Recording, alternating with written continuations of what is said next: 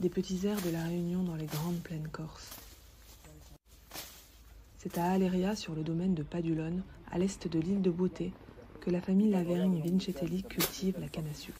On a fait pousser donc, un peu plus de 3000 m² de canne à sucre avec 5 variétés à l'essai, 10 variétés en total, toutes issues de la Réunion, qui ont été plutôt choisies pour leur capacité à résister au froid, donc à pousser en altitude à la Réunion.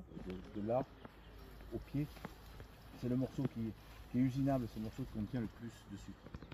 Des essais variétaux lancés en 2022 avec le CIRAD de Montpellier et en étroite collaboration avec Aircan, centre de recherche de la filière canne à sucre à La Réunion. Ce projet est né de l'idée de vouloir répondre au changement climatique et d'acquérir des connaissances sur les potentialités de culture de la canne en Europe méditerranéenne. Voir l'adaptation d'une culture tropicale, donc basée sur 2 saisons, chaude et humide et fraîche et sèche, à un climat tempéré basé sur 4 saisons. Un climat aujourd'hui propice au développement de la canne à sucre. Aujourd'hui, il fait chaud, il fait beau la plupart, beaucoup de jours de l'année. Les températures, même l'hiver, elles ne descendent pas en dessous de zéro, on n'a plus de gel. Un système performant d'irrigation en goutte à goutte permet l'irrigation des plants de canne.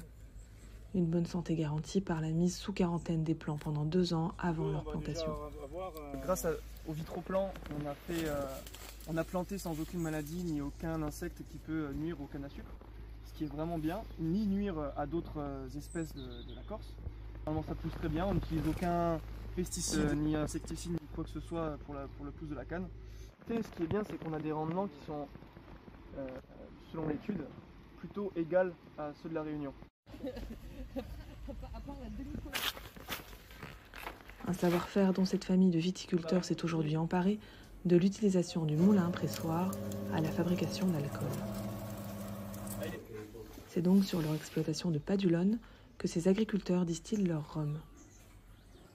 On a ramassé les cannes, on les a pressées, on a fait du jus de canne, on l'a fait fermenter, on a fait du vin de canne. Donc les levures ont transformé le sucre en alcool.